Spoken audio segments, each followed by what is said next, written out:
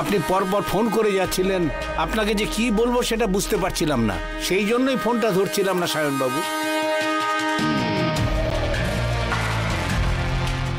আপনার কথা বিশ্বাস করতে পারছি না। দাদা, এখন ওই ডাক্তারের বিষয় নাক গলানো ঠিক হবে না, খুব ডেঞ্জারাস মনে হচ্ছে। ওনার সাথে যোগাযোগ করার পর থেকেই ঝামেলা চলছে, এই বিষয়ে এখন মাথা ঘামানোটা ঠিক হবে না।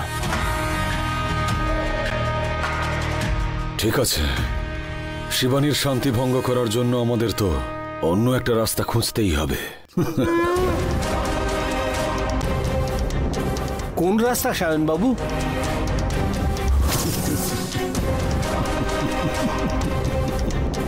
ভৈরবের একজন পার্টনারের সঙ্গে শিবানী ট্রাভেলসের ব্যবসা শুরু করেছে, আর ওই পার্টনারকে আমি পটিয়ে নিয়েছি। এটা ফুল ইমপ্রেসড হয়ে গেছে। তুমি কথা বলার পরে ও হয়তো সারা রাত ঘুমোয়নি সায়নদা।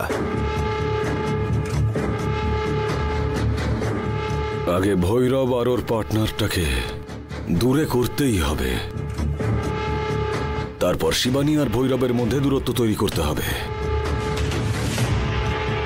আর এই কাজটা আমাকে যে করে হোক করতেই হবে। আপনি তো বড় খেলোয়াড় সায়নবাবু, আপনি কিন্তু একেবারে সুযোগের সৎ ব্যবহার করছেন। আপনাকে দেখে আমার ভীষণ আনন্দ হচ্ছে। এবার শিবানী শান্তিভঙ্গ হবেই হবে।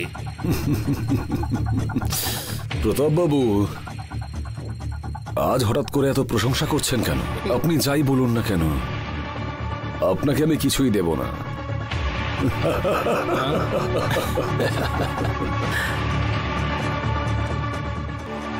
রকি, এসব কি হচ্ছে?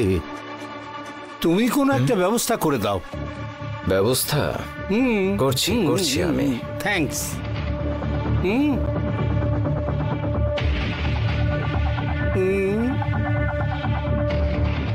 এটা কি রে ভাই, হঠাৎ করে কি হয়ে গেল?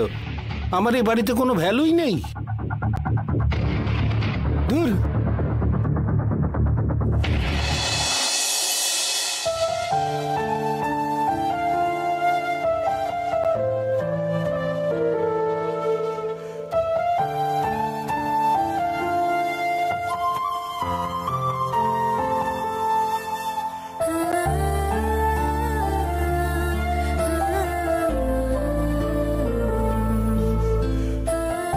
অন্ধকার করে বসে আছিস কেন?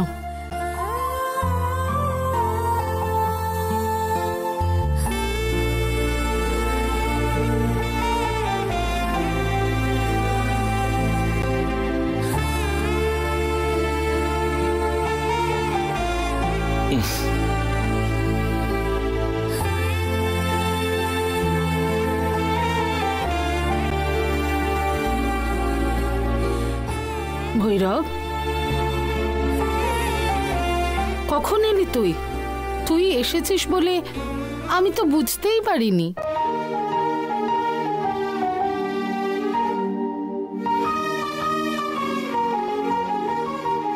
কিছু না মা, এমনি বসেছিলাম।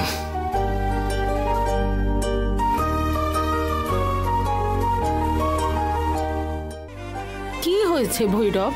কেন মন খারাপ হয়েছে তোর? আচ্ছা, লাইট অন করার কথা তোর মনে পড়লো না?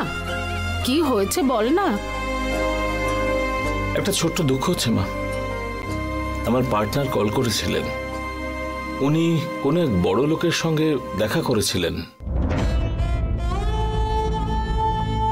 সেই মানুষটির নাকি 40টা গাড়ির দরকার ছিল, তাই আমাদের কাছে গাড়ি চেয়েছেন বলে বললেন। ঠিক আছে স্যার, ওনাকে কল করতে বলুন বলে আমি বলাতে উনি বললেন যে তোমার সাথে ওরা কথা বলবে না। উনি কেমন যেন আমাকে ইগনোর করলেন। এর আগে উনি তো কোনোদিন ব্যবসায় মাথা ঘামাননি, তাছাড়া উনি ইনভলভ হবেন না বলে কথাও দিয়েছিলেন। এরপরেও আজকে আমি যা বলছি সেটা করো বলে বললেন।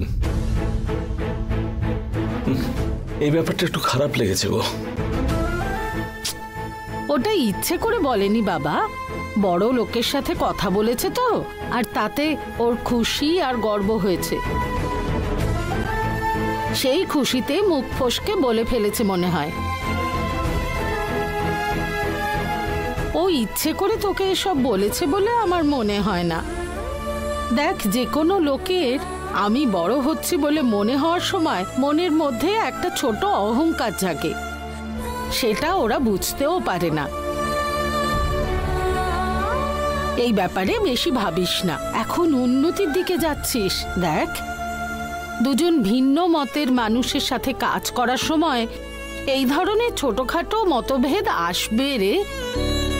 না মা, এই ব্যাপারটা আমি কোনোভাবেই বড় করে তুলব না। আমি ওনাকে কল করতে বলুন বলে বললাম, সেটার কারণ উদ্দেশ্য কি জানো মা? যেদিন উনি চাইছেন সেদিন তো গাড়ি থাকা দরকার। আমাদেরও তো অন্যান্য কমিটমেন্টস থাকে মা, সেই জন্যই বললাম মা। উনি যেটা গাড়ি চাইছেন আমরা আদৌ দিতে পারবো কি, অথবা অন্য কোনো ব্যবস্থা করে দিতে হবে, ড্রাইভার কতজন অ্যাভেলেবেল সেটাও তো আমাদের দেখতে হয় মা। আমার পার্টনারের কাছে এই ধরনের একটা অর্ডার এসেছে, তুমি দেখে নাও বলে বলতেই তো পারতেন মা। সেই সব ছেড়ে আমি যা বলছি সেটাই করো বলে বললেন। এই ব্যাপারটা একটু খারাপ লাগলো, সেই জন্যই আমি চুপচাপ এসে বসেছিলাম গোমা। আমরা যত বড় হব সমস্যাও আমাদের সাথে বড় হয় ভৈরব, সেটা ধৈর্য ধরে শান্তিতে মেটাতে হয়। লোকে তো কিছু না কিছু বলবে, আমরা যদি একটু মানিয়ে নিই আমরা তো ছোট হয়ে যাব না। হ্যাঁ মা, তুমি হয়তো ঠিকই বলছো, কিন্তু মানুষের মনের অবস্থা তো প্রত্যেকবার একই রকম কখনোই থাকতে পারে না মা।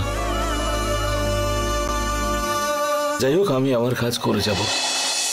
ঠিক আছে, এখন কি কফি খাবি নাকি রে? লাগবে না মা, আর একটু পরে একসাথে খাবার খাবো। আচ্ছা, একটু অপেক্ষা কর, আমি খাবার রেডি করছি। ঠিক আছে মা।